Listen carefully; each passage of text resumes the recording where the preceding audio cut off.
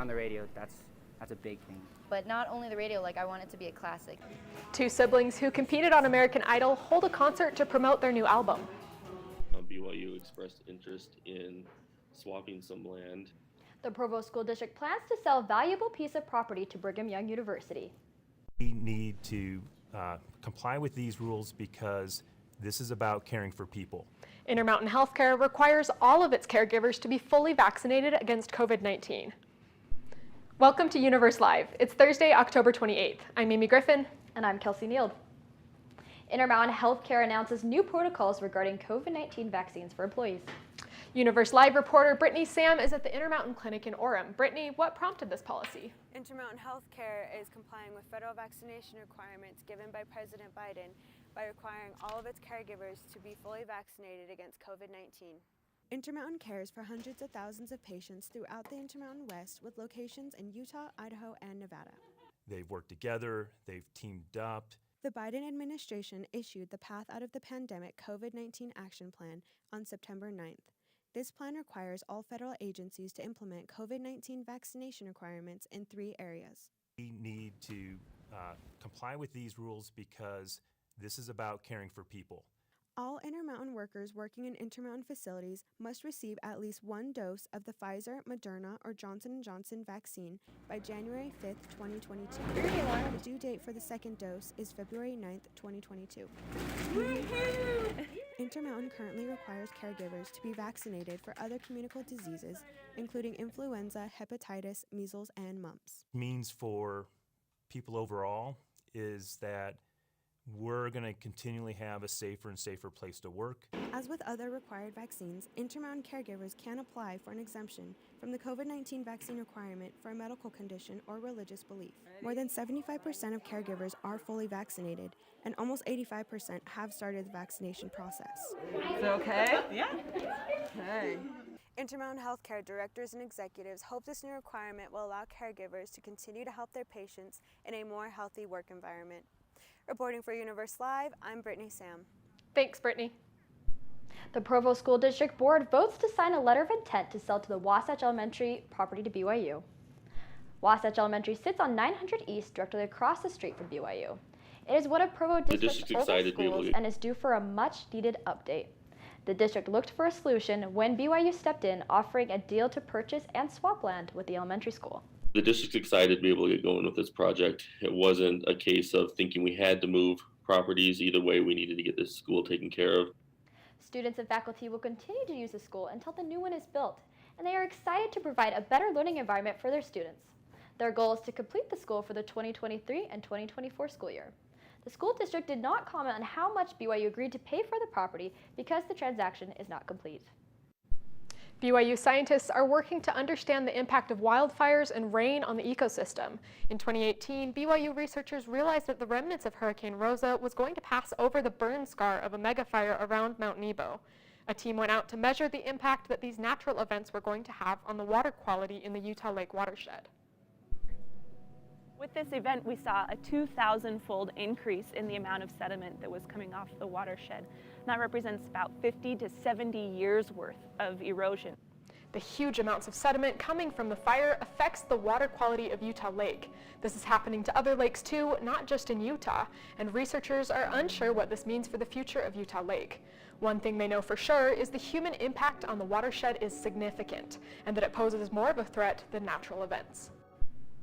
Church leaders resumed traveling around the world after COVID.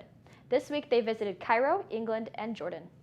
We're willing to do anything and everything to help them learn to become true disciples of Jesus Christ. President Bingham visited Cairo with Elder Randy D. Funk.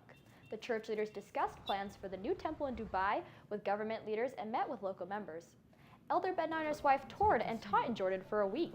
And President Ballard, Elder Holland, and Elder Cook returned to England where they served missions. Nearly 60 years ago, Elder Holland and Elder Cook were mission companions in England, and this was their first time visiting the country together since then. You might recognize these two siblings from American Idol. What are they up to now? Reporter Joe Belknap caught up with Ammon and Leah Hona at their concert last night to see what's next for the young stars.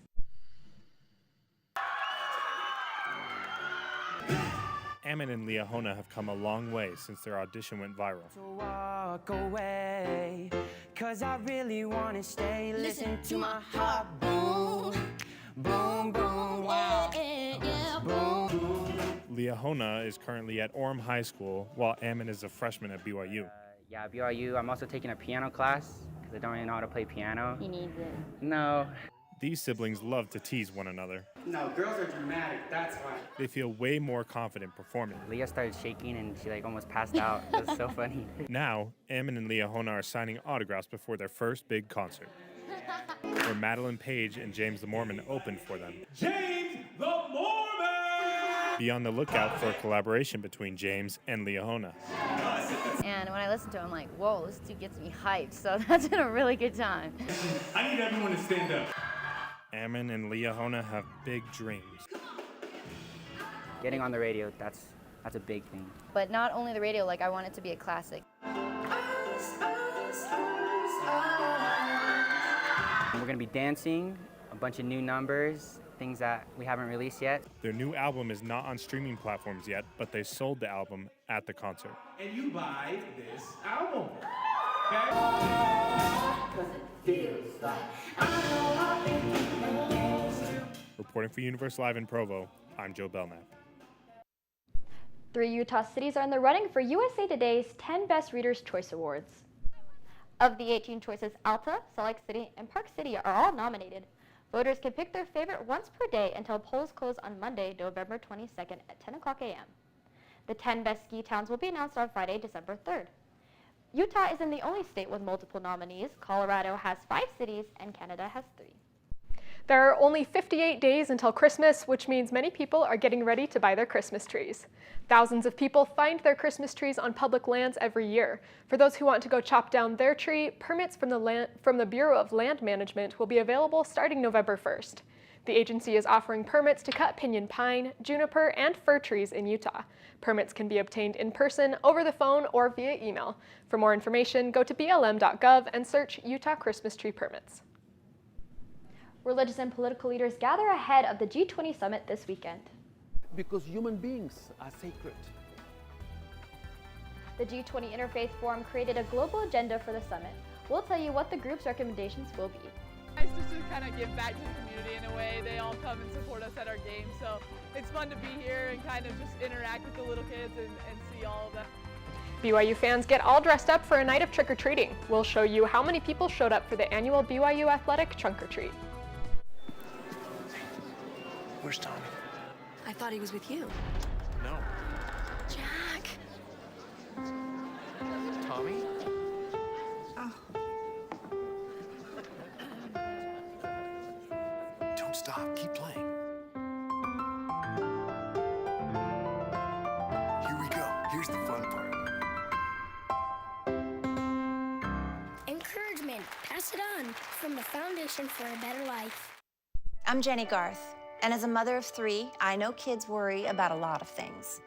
Getting enough food to eat shouldn't be one of them. But here in America, that is a real worry for 1 in 5 children. This is unacceptable, and something Feeding America is working to solve. Through a nationwide network of food banks, Feeding America serves virtually every community in the United States, including yours. See how you can help your community. Visit feedingamerica.org. Together, we can solve hunger. Together, we're Feeding America.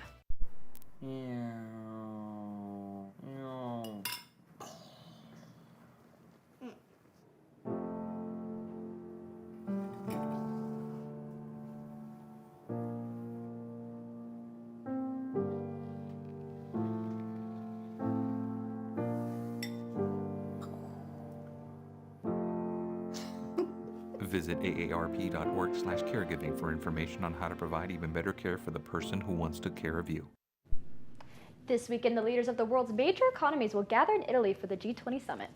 I went to Bologna, Italy for the G20 Interfaith Forum, where religious and political leaders, as well as scholars, gathered to discuss recommendations to the larger G20 summit. Welcome to Bologna, Italy, a city with roots tracing back to the Bronze Age, known for being home to the oldest university in the world, and this year, home to the G20 Interfaith Forum. From September 12th through 14th, religious and political leaders gathered together to engage on global agendas, especially the United Nations Sustainable Development Goals. Virtually all of them can really only be achieved if there is cooperation and synergy with the religious sector. The forum aims to shape global policy agendas by providing recommendations to the world leaders at the summit. In specific working groups, they tackle issues including poverty, public health, gender equality, refugees, and humanitarian aid. A recent addition to the forum is the Anti-Racism Initiative. Transformation will come about when faith leaders themselves are able to openly and honestly address the mindsets, the attitudes created through racial bias. The G20 Interfaith's recommendations to the leaders focused on healing health, social, and economic fractures. They proposed worldwide action on education, inequality, racial discrimination, and climate change, specifically focusing on the most vulnerable communities. I wish every person be respected at least as much as we respect temples, cathedrals, mosques, shrines, because human beings are sacred. Despite an especially tumultuous past 2 years worldwide, religious leaders feel there's reason to keep the faith. While we may never live to see the fruits of our efforts, I have great faith and hope that we will. The next Interfaith Forum will follow the G20 Summit to Indonesia in 2022, where interfaith leaders will again convene to identify worldwide needs. You can view the keynote speeches from the event when they premiere on the G20 Interfaith YouTube channel on Saturday.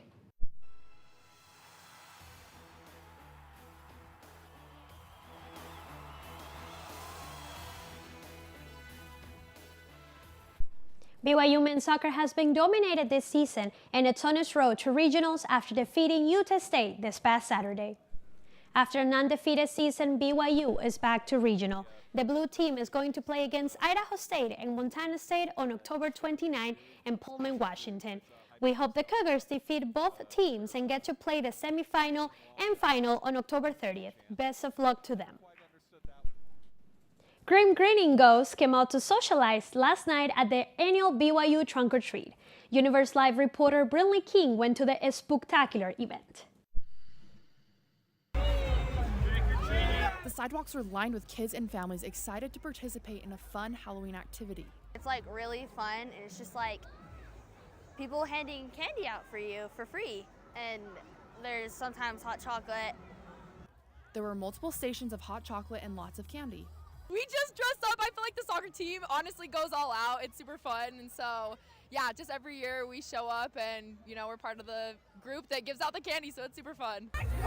The environment was electric, as the athletes and families were glad to be back together. People of all ages get dressed up to enjoy this fun and safe activity put on by the BYU Athletic Department. I feel like it's fun to get to know the athletes. Great candy, good music, and the kids just love it. It's really fun. The decorated trunks were great, and Cosmo was a big hit. Nice just to kind of give back to the community in a way. They all come and support us at our games, so it's fun to be here and kind of just interact with the little kids and see all of them. It's really fun. This year's Trunk or Treat was a success. Participants got to meet BYU athletes, collect candy, and have a good time. Reporting for Universe Live in Provo, I'm Brinley King. Thanks, Brentley. The BYU Cougars are live favorites against the Virginia Cavaliers on Saturday, October 30th. BYU has played a schedule heavy on power 5 opponents and entered this match with a 6-2 overall record. This season, the Cougars have just won against the spread win in 5 games as a favorite of 2.5 points or more. They have turned the ball over 7 times this season, 2 fewer than the Cavaliers have forced. It is the first time back in Provo for the Cougars since they lost to Boise State. Kickoff is at 8:15 p.m. this Saturday. Well, that's sure to be a good game. I'm looking forward to it. Yeah, We're excited. A lot of fun. Yeah. Sounds like the soccer team is doing really well too. Yeah, it's pretty good. Thanks for joining us today for Universe Live. For more information on our stories or to share them with your friends, check out our website at universe.byu.edu. And have a great day.